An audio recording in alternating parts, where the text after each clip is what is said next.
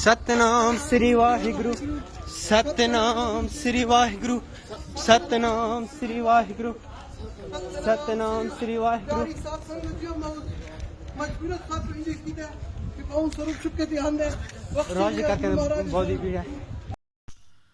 हाँ जी, सत श्री अकाल भी सारे दिस इज शेरपुत। काबुल में करते परवान गुरुद्वारे पे अटैक हुआ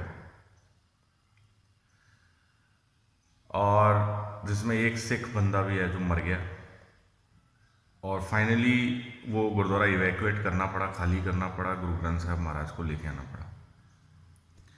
जो वो आपने वो वीडियो भी देखा होगा कि एक बंदा लेके आ रहा है।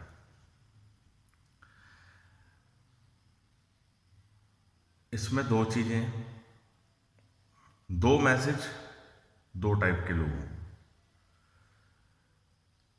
पहला मैसेज तो मौलाना को है, मौलवियों को है।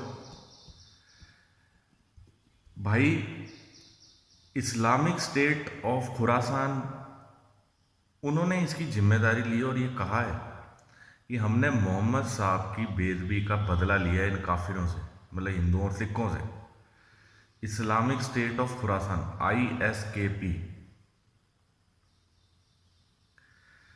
तो मुझे ये बात बताइए कि आप लोग आइसिस को, अलकायदा को, उनके विकीपीडिया खोलो, इंफॉर्मेशन खोलो, उसमें लिखा होता सुन्नी इस्लाम। वो सुन्नी इस्लाम को मानते हैं। आप लोग क्या इन लोगों को ओन करते हैं? अब आप लोग इन्हें ओन नहीं करेंगे। अब मौलवी मौलाना कहेंगे ये तो इस्लाम है ही नहीं, ये तो इस्लाम के इन्होंने तो खिलाफ जाके काम किया। जबकि इस्लामिक स्टेट और अलकायदा उन्होंने पहले ही हमले की, उन्होंने घंटी बजा दी थी। उन्होंने कहा था कि हम मोहम्मद साहब की बेदबी का बदला लेंगे। अब मौलाना मौलवी यहाँ पे डिफेंड करेंगे और कर भी रहे हैं कि आइसिस से तो हमारा इस्लाम का कोई दूर दूर तक नाता नहीं है, ठीक है, ये है वो है। जबकि वो अपने आप को कहते हैं कि हम एक एक चीज़ कुरान को फॉलो करके, हदीसों को फॉलो करके करते हैं, और उसको ठोक के कह रहे हैं। और रिजल्ट ये हुआ कि हिंदुओं को तो वैसे ही बर्बाद कर दिया अफगानिस्तान में। हिंदुओं की तो वैसे ही कोई औकात नहीं है अफगानिस्तान में, उन्हें कीड़े मकोड़ों के लेवल का समझा जाता है। उनके मंदिर ऑलरेडी तबाह हो चुके हैं, ठीक है, और वो सारे हिंदू सिख गुरुद्वारे में पनाह लेते हैं। तो कहीं ना कहीं सिख गुरुद्वारे ही एक पनाहगाह बने हुए हैं, एक शेल्टर बने हुए हैं हिंदुओं और सिखों के लिए, मतलब काफिरों के लिए। तो कहने का मतलब ये है कि अब ये वही कॉन्सेप्ट आ गया। अब यहाँ पे आप ओनरशिप नहीं लेते, वैसे आप नाराए तकबीर के नारे लगा रहे हो, सर तन से जुदा, सर तन से जुदा। तो ये सर तन से जुदा हो तो गया, ये बेदबी का बदला ले तो लिया आपने। एक तरफ आप कह रहे हो कि ये हो जाएगा वो हो जाएगा, नुपुर शर्मा के केस में ये आइसिस वालों ने ले लिया, बदला ले लिया। वो काबुल गुरुद्वारे में अटैक किया, मार दिया बंदे को, ठीक है। और वो कहते हैं कुरान के हिसाब से, ठीक है, हम कुरान की हदीसें पढ़ के कर रहे हैं। यही काम इन्वेडर्स करते थे, यही काम औरंगजेब करता था, यही काम गौरी करता था, खिलजी करता था, तैमूर करता था। और उनको तो आप ओन करते थे। उनके ही नक्शे कदम पे, तैमूर के नक्शे कदम पर आइसिस चलता है। औरंगजेब के नक्शे कदम पे, तैमूर के नक्शे कदम पे, ठीक है, आइसिस अलकायदा चलते हैं कि काफिरों को मार मार के टांग दो, लटका दो, ठीक है, उनके मंदिर तोड़ो, बुत तोड़ो, ठीक है, उनकी घर की लड़कियां रंडियां बनाओ, ठीक है जी, उनके बच्चे मारो।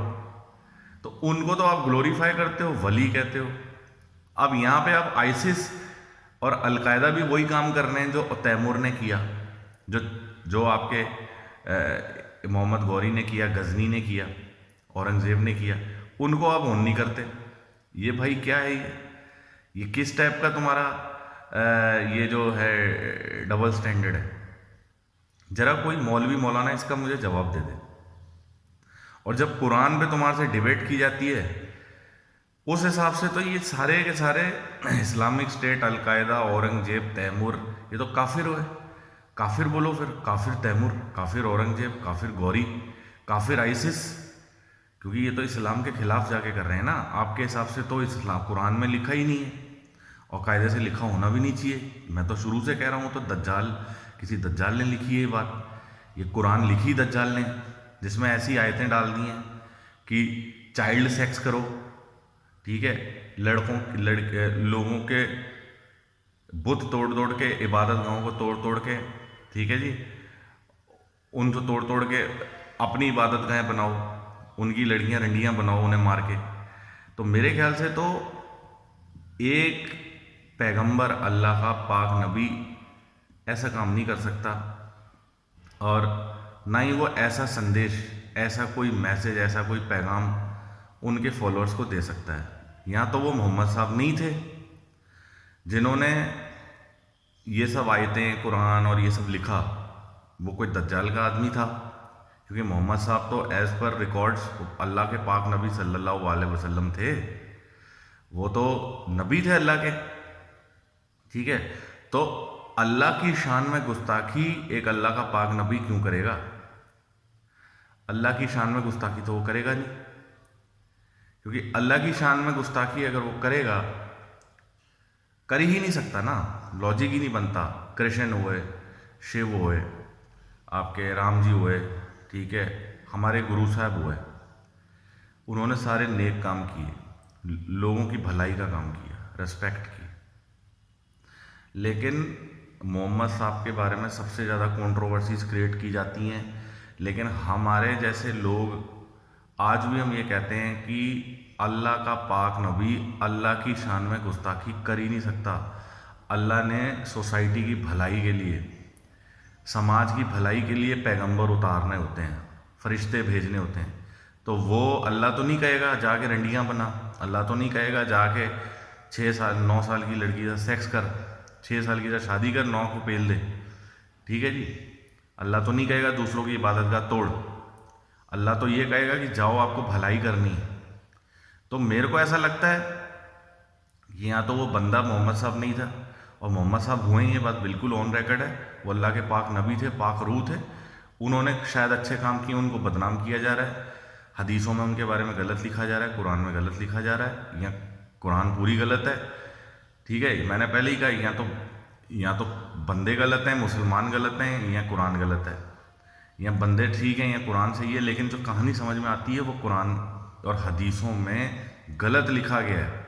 और वो किसी के, अल्लाह के कोई पाक रूह ने नहीं लिखा, वो किसी दज्जाली आत्मा, दज्जाली इंसान ने लिखी है कुरान, ठीक है। ये बात मैं पहले भी बोल चुका हूँ।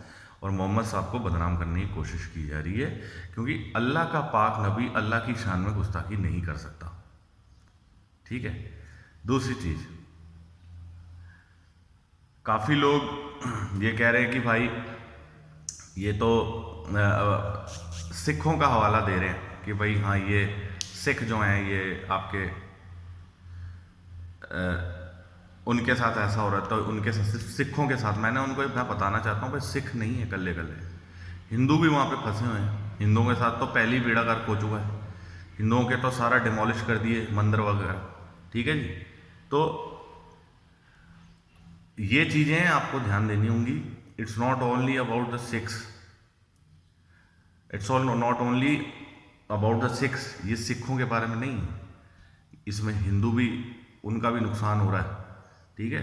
और कभी सिख इतिहास पढ़ना, कभी सिख इतिहास पढ़ना कि पेशावर विंटर कैपिटल, सर्दियों की राजधानी क्यों कहलाती थी अफगानों की, और कैसे सिखों ने पेशावर में धूल चटाई पठानों को और छीन ली। पेशावर, जमरूद, मुल्तान, ठीक है, और कंधार पे अटैक करके कैसे उन्होंने अफगानों को धूल चटाई।